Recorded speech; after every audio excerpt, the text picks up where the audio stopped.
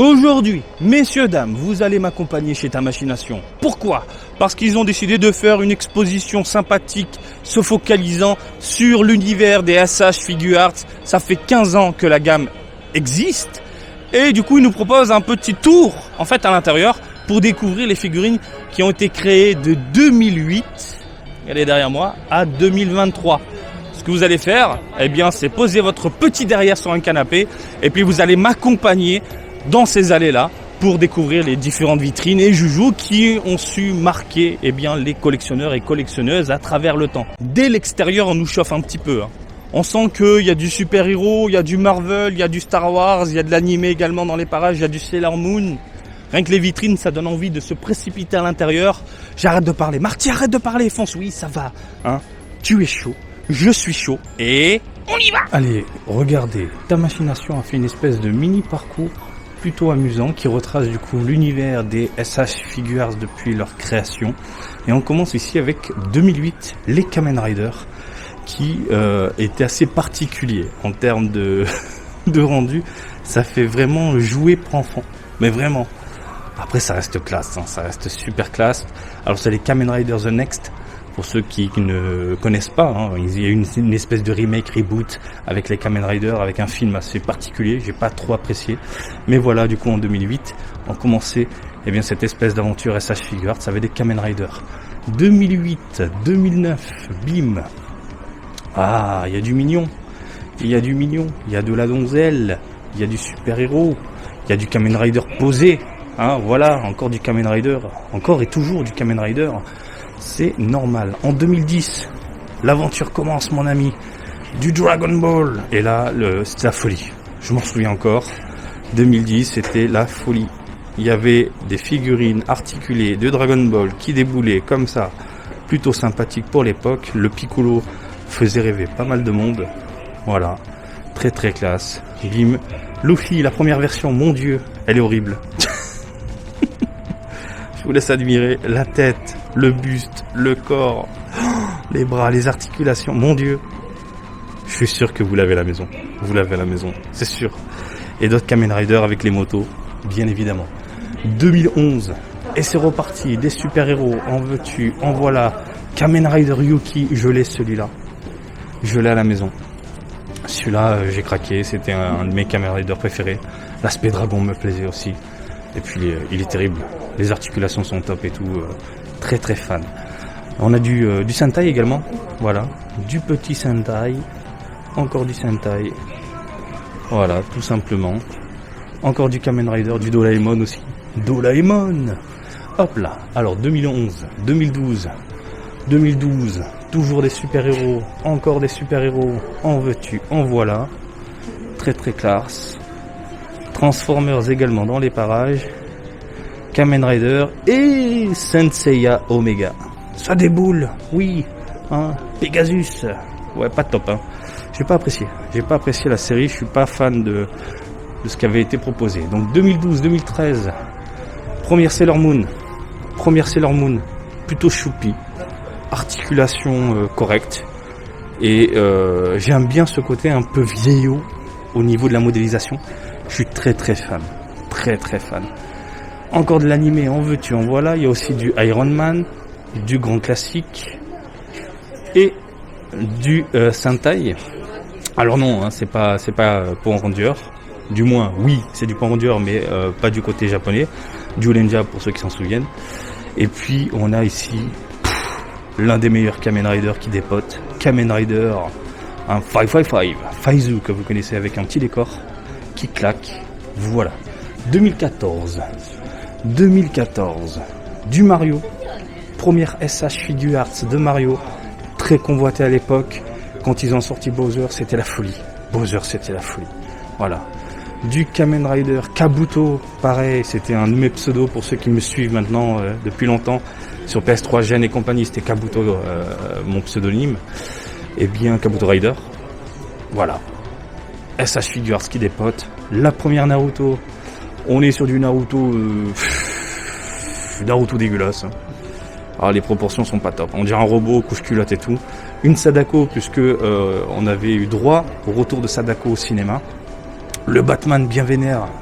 plutôt superbe, magnifique. Du Iron Man et on termine avec Eiga Drobo. Alors c'est qui ça, Eiga Drobo? C'est les espèces de mascottes en fait qu'on retrouve au cinéma qui te disent avant que le film commence, attention, faut pas filmer, sinon la police va débarquer et hop, tu vas en prison. Voilà. Donc c'était 2014. 2015, tiens, regarde, Vador est de retour. Vador arrive dans la collection SH Figure Arts. On a quoi? Du Ultraman également dans les parages, de la Donzelle. Hop là, du Sakura Card Captor, magnifique. Hop, du Kamen Rider et bien sûr Kinnikuman. Oh là là, mon dieu, go fight. Oh, regarde-moi ça, c'est flippant. Non mais là c'est le buste, les articulations, le cou et tout. Oh non mais chaud. Ils se sont quand même grandement améliorés, Bandai.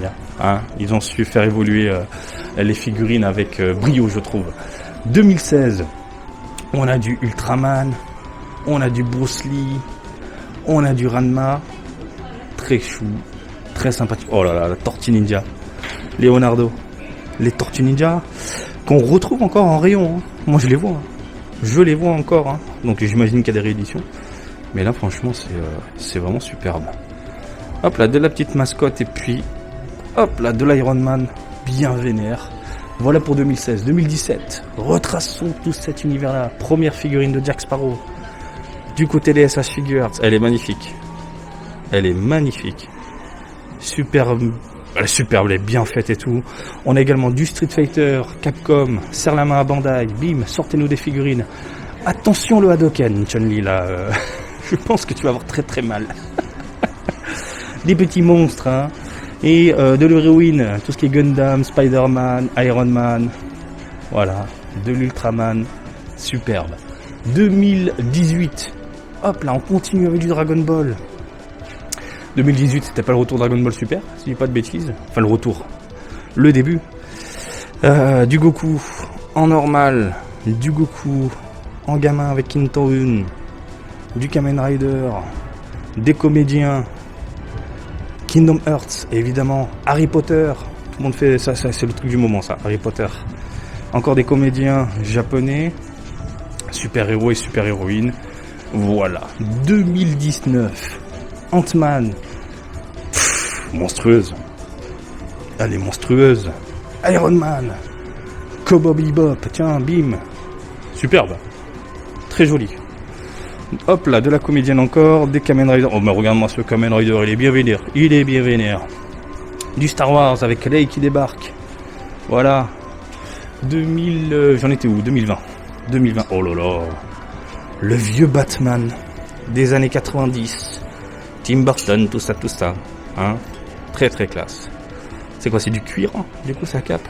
En tout cas ça rend super bien. Vous avez du coup Wonder Woman également. Avec la sortie du film à l'époque. Du Kamen Rider, on a Tony Stark.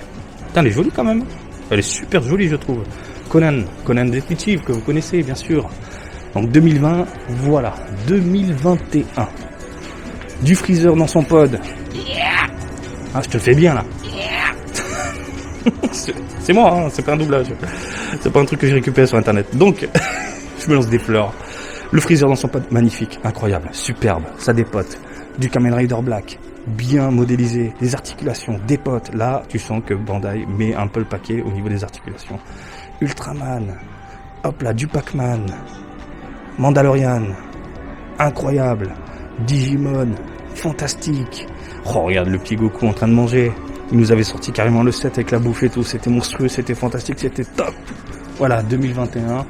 Et puis, 2022. Hop là, 2022, on a quoi du 2022? On a du Buzz l'éclair. Buzz l'éclair dans les parages. On a également hop, des comédiens, des héroïnes, du Deadpool, du Spy Family. Tout ça je vous l'avais montré dans une autre vidéo. On avait fait un petit reportage ici chez excusez-moi, ta machination. Voilà, très classe. Squid Game, Kamen Rider Black Sun. Voilà. Et 2023, on y est cette année.